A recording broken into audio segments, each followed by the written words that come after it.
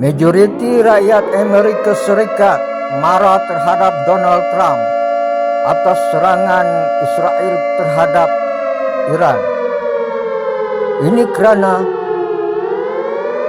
masalah krisis global ekonomi akan berlaku apabila Iran menutup Selat Hormuz, di mana Selat Hormuz merupakan tempat perniagaan jualan minyak mentah untuk seluruh dunia.